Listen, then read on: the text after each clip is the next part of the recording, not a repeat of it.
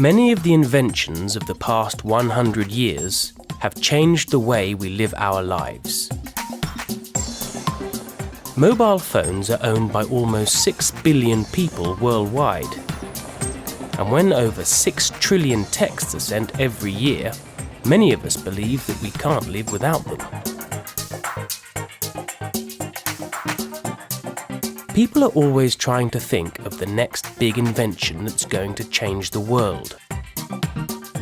But for some inventors, this doesn't mean designing a new phone app or building a smaller, quicker, lighter computer.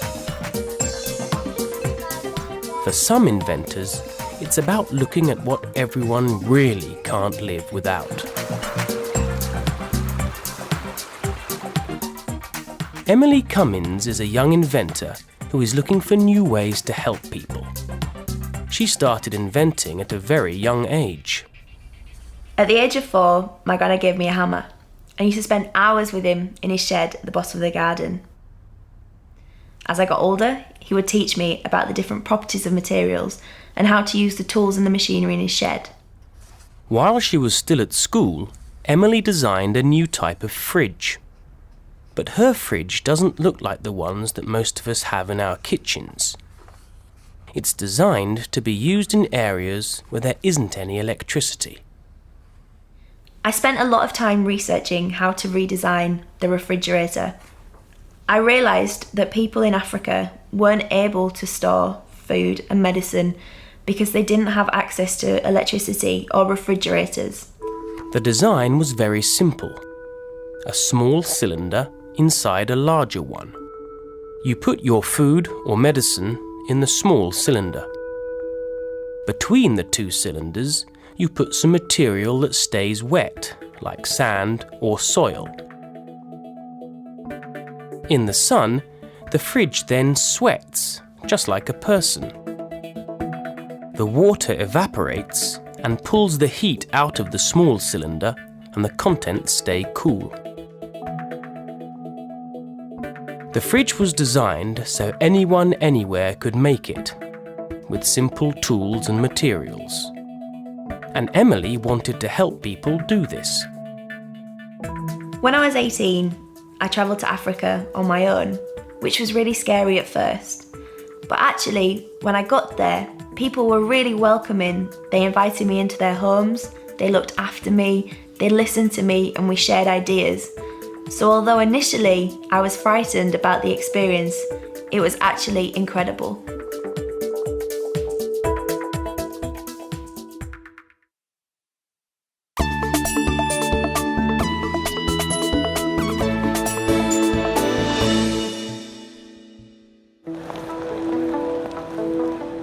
It is estimated that about 60% of the world's population need eyeglasses to see clearly. Everyone should have their eyes checked regularly by an eye care professional. But in parts of Africa, there's only one eye care professional for 8 million of the population. If you can't see, you might not be able to read or drive or even work. Josh Silver is a professor of physics. He invented a new kind of eyeglasses to solve this problem. These eyeglasses are rather interesting, rather special in a way. I call them adaptive eyeglasses, and I will demonstrate them for you. The eyeglasses work by adding liquid to the lenses. I want to see clearly in the distance. I'm covering up one eye. I'm adjusting the lens in the other eye until I've got nice clear vision. I then do the same with the other eye, and there we are. Right, I can now see clearly in the distance. So these glasses have the interesting feature that I can change each lens so as to suit my vision and get clear vision. When you go through this correction procedure and you get the eyeglasses set to your vision, you don't wear them like that. You do up the screws on this frame and you cut off the adjusters And then you end up with this, which you can wear. And this is my pair. And there are about 40,000 or so of these in use now in about 20 countries. It's taken Josh over 20 years of research to develop these eyeglasses. He travelled to Africa to see how his eyeglasses could help people. Henry A.J. Mensah was the first person to get a pair of Josh's eyeglasses. Shall we try the glasses and see if that helps you with threading it? Henry was a tailor in a small village in Ghana. He needed good eyesight to do his job making clothes. Can you see more clearly? But his eyesight was getting worse. Yeah, he did it immediately, so it works. He was trying to thread a needle and he couldn't. And he put these on, he adjusted them, and he just threaded the needle immediately. And what he did was he then started operating his sewing machine much faster.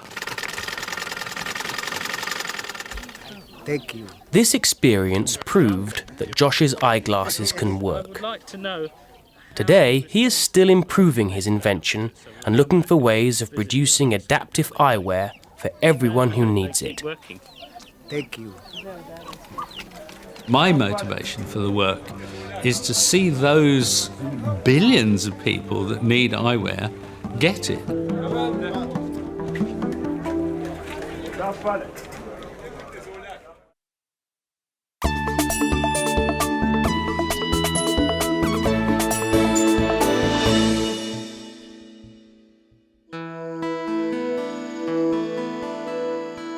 No one can live without water.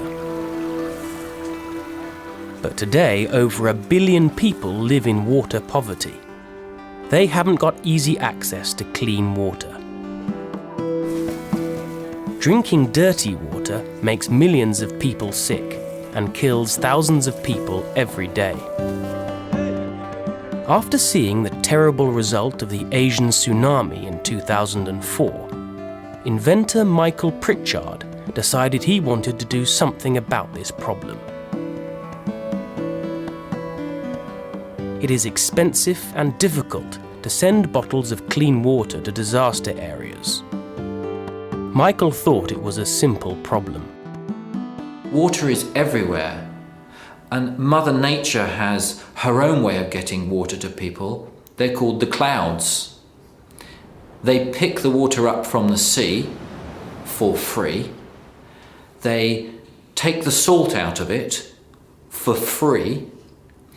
They transport it hundreds of miles for free, and then they dump it on the mountains and the rivers and the streams. And where do people live? Near water. So Michael Pritchard invented the Lifesaver water bottle.